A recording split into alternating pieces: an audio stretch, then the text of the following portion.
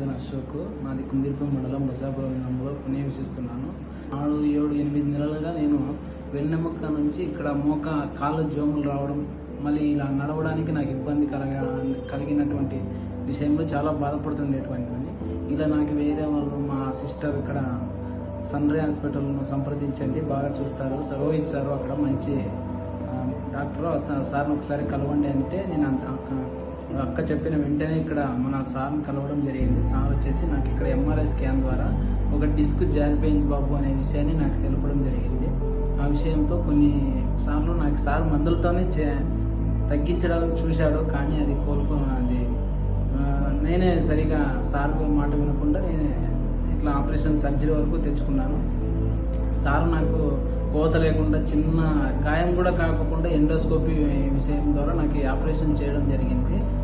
నేను ఇప్పుడు అసలు చాలా తొందరగా కోలుకున్నాను సార్. మరి ఇంతటి అద్భుత అవకాశం ఇచ్చినటువంటి మీ అందరికీ ధన్యవాదాలు సార్.